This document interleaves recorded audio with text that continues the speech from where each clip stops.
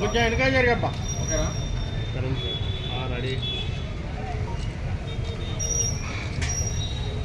जोहार महात्मा गांधी जी, जोहार महात्मा गांधी जी।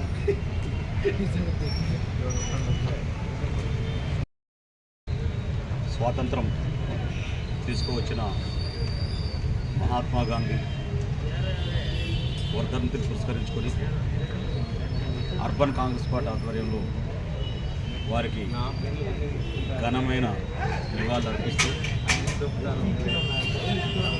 ఏ స్వాతంత్రం ఆలోచన విధానం పరాయి వాణ్ణి దేశం నుంచి పారదోలి 200 సంవత్సరాలు పరిపాలించిన బ్రిటిష్ వారిని అహింస మార్గాన తరిమి కొట్టిన ఘనత గాంధీ గారికి దక్కుతుంది. గాంధీ గారు కోరుకున్న స్వాతంత్ర ఫలాలు ఈ దేశంలో ఉన్న బడుగు బలహీన వర్గాలకు అందే విధంగా కాంగ్రెస్ పార్టీ పండిట్ జవహర్లాల్ నెహ్రూ గాంధీ మొదలు పెట్టుకుంటే మన్మోహన్ సింగ్ వరకు కూడా అనేక సంక్షేమ కార్యక్రమాలు తీసుకొచ్చి, అనేక ప్రాజెక్టులు తీసుకొచ్చి, అనేక పరిశ్రమలు తీసుకొచ్చి, సాంకేతిక విద్యా విధానం అందించి ప్రపంచంలోనే ఒక అత్యున్నత దేశంగా నిలబెట్టడం కోసం కాంగ్రెస్ పార్టీ గణనీయమైన పాత్ర వహించింది.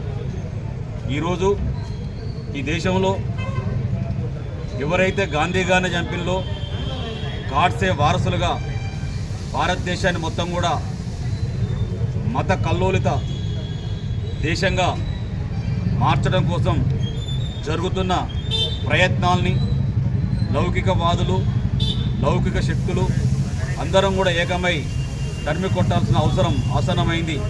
లేకపోతే మరొకసారి పలాయనవాదంగా భారతదేశం తిరోగమనం వైపు, మనువాదం వైపు నడిచే ప్రమాదకరమైన పరిస్థితి దాపురించే అవకాశం వస్తుంది. కాబట్టి ఈ దేశంలో ఉన్న మైనార్టీలకు రక్షణ కావాలన్నా, లౌకిక వాళ్ళకు రక్షణ కావాలన్నా, ప్రజాస్వామ్యవాదులకు రక్షణ కావాలన్నా కూడా కాంగ్రెస్ పార్టీని దేశంలో అధికారంలోకి తీసుకొచ్చే విధంగా ప్రయత్నం చేయాల్సిన అవసరం ఉందని చెప్పి తెలియజేస్తూ, రాష్ట్రంలో కూడా గత 10 సంవత్సరాలు పరిపాలించిన బీఆర్ఎస్ మొత్తం కూడా తెలంగాణ రాష్ట్రాన్ని మొత్తం కూడా అప్పులపాలు చేసి అధోగతి పాలు చేస్తున్న తరుణంలో ఏ తెలంగాణ అయితే ఇచ్చిందో ఆ తెలంగాణ ఇచ్చిన తల్లి సోనియా గాంధీ రుణం తీర్చుకోవడం కోసం కాంగ్రెస్ పార్టీ అధికారులు తీసుకొచ్చిన ఈ సంవత్సర కాలంలో అనేక సంక్షేమ కార్యక్రమాల్ని ముందుకు తీసుకుపోవడంలో ఇవాళ కాంగ్రెస్ పార్టీ ముందుంది.